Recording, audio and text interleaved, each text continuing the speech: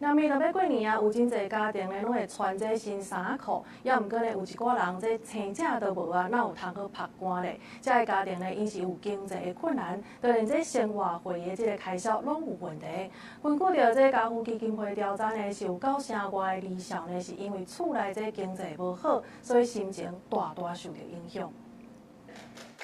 即马读大学2年的阿成，细汉的时因为家庭经济状况和一般的同学无同，所以感觉较无自信。伊讲细汉的时因为厝内发生家庭暴力，致使爸爸妈妈离婚，因为无爸爸的关系，互伊感觉家己比袂过其他的同学，嘛较自卑，心情清在受影响。别人的家庭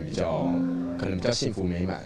但我的可能就是缺少了某一个部分，然后再加上家中的经济状况没有很好。这样子双重的这样子交错下，就是有让我比较感觉得到，就是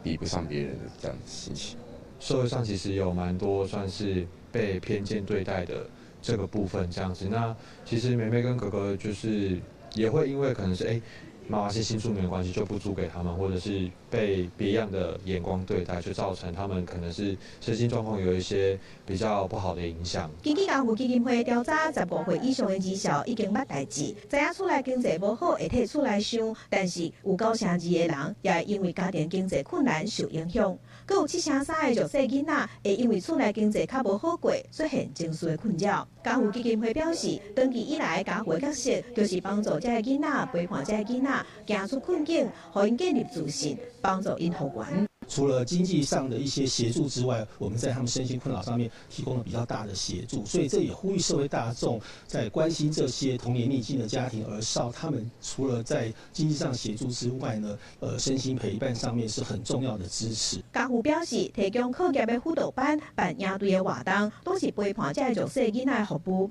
伫年尾准备要迎接新年这卡刀，希望各界会当发挥爱心，帮助弱势家庭的囡仔好好大汉，或者囡仔会当感受到社会爱，会当伫爱和支持当中迎接新的一年。记者陈心彤、谢桂林台北报道。